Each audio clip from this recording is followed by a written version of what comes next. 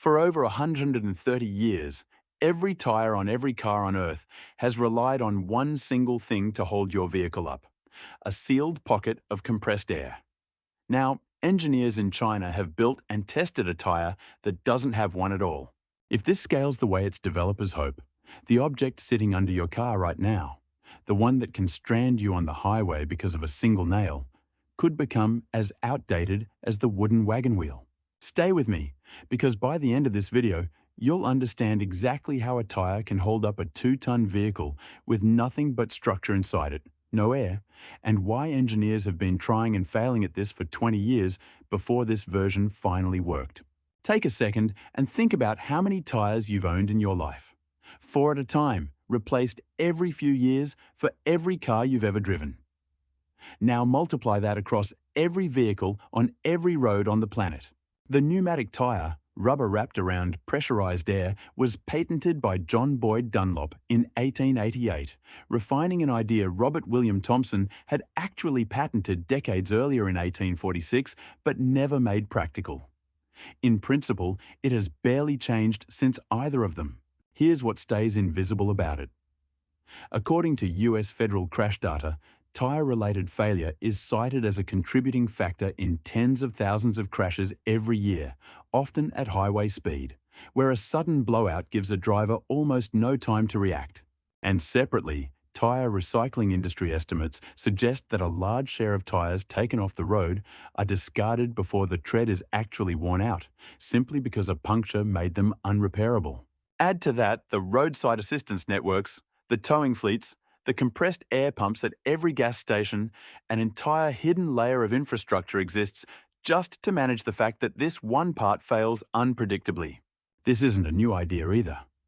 Michelin unveiled a concept called the tweel back in 2005, replacing the air chamber with flexible polyurethane spokes radiating out from the hub like a wheel within a wheel. It worked technically, and Michelin even put it on some skid steer loaders in military vehicles. But at highway speeds, the spokes flexed so much, so many times per second, that they generated excess heat, which degraded the polyurethane and made the ride uncomfortable and unpredictable over long distances.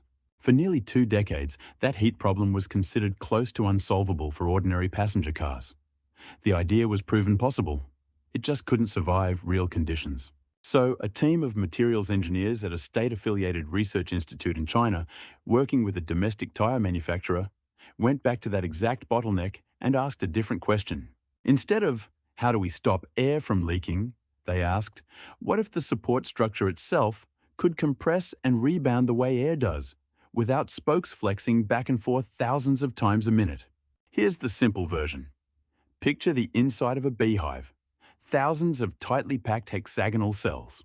Each cell compresses slightly underweight and springs back, almost exactly the way pressurized air would. But the deformation is small and local, not a long spoke whipping back and forth. There's nothing to leak and nothing for a nail to pop. When something sharp punches through the tread, it only destroys a handful of cells at that one contact point. The rest of the structure keeps carrying the load, uninterrupted, the way one broken cell in a honeycomb doesn't collapse the whole hive. According to engineers involved in the project, the newer lattice solved the heat problem that killed the tweel by varying the density of the cells across the structure, stiffer directly under the contact patch, softer near the rim, which mimics how a pressurized tire naturally distributes flex and load without any single point moving too far or too fast. In closed-course testing, these tires reportedly matched standard air-filled tires in ride comfort and handling at normal highway speeds, something the 2005 spoke design was never able to do. Here's where it gets more interesting. Because this composite doesn't depend on an air seal at all, the same lattice structure is already being tested well outside of passenger cars. Wheelchair wheels that never fail on cracked sidewalks or curbs, a genuinely serious mobility issue for people who depend on them daily. Delivery robot and drone landing gear that doesn't depend on maintaining air pressure over months sitting outdoors. And there's a second angle worth mentioning too. Agricultural and construction equipment, tractors and forklifts that currently lose entire workdays to a single punctured tire in the middle of a field or a job site, far from a repair shop. In those settings, a tire that simply can't go flat isn't a convenience. It's the difference between finishing a harvest on time or not. What started as a fix for one problem on one product is turning into a general-purpose answer to how do we support weight without trapping gas inside something? Quick question before we keep going. If airless tires cost the same as regular ones tomorrow, would you actually switch? Or does the idea of no spare tire ever make you nervous instead? Drop your answer in the comments. Now let's be honest about where this actually stands. This is still in a testing and limited fleet trial phase. It has not replaced standard tires on passenger vehicles at any commercial scale. There are real, specific hurdles still ahead.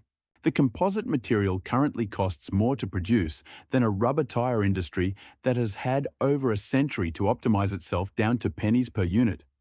And retooling factories to mold lattice structures instead of pouring liquid rubber into a mold is its own separate manufacturing challenge. Cold weather performance compared to tires engineered with specialized winter tread compounds hasn't been fully proven yet, since the composite behaves differently at low temperatures than natural rubber does. And there's no long-term data yet on how the material holds up after years of UV exposure and repeated freeze-thaw cycles. The kind of slow degradation that only shows up after real years on real roads, not months on a test track. The wall hasn't disappeared. It's just moved further down the road. So no, your car isn't getting airless tires next year. But here's the bigger idea underneath this. For more than a century, we solved a punctured tire the same way every time. Patch it or throw it away. This research proposes removing the failure point entirely by rethinking what actually needs to hold a vehicle's weight up in the first place. It's a strange thing to sit with. The tire on your car right now runs on essentially the same core idea as one built in 1888. And yet a lattice of plastic, shaped like a beehive, might be the thing that finally replaces it. Technology like this rarely arrives all at once. It arrives quietly, in fleet trials most of us never hear about, years before it shows up on a dealership lot. So here's the question I'll leave you with.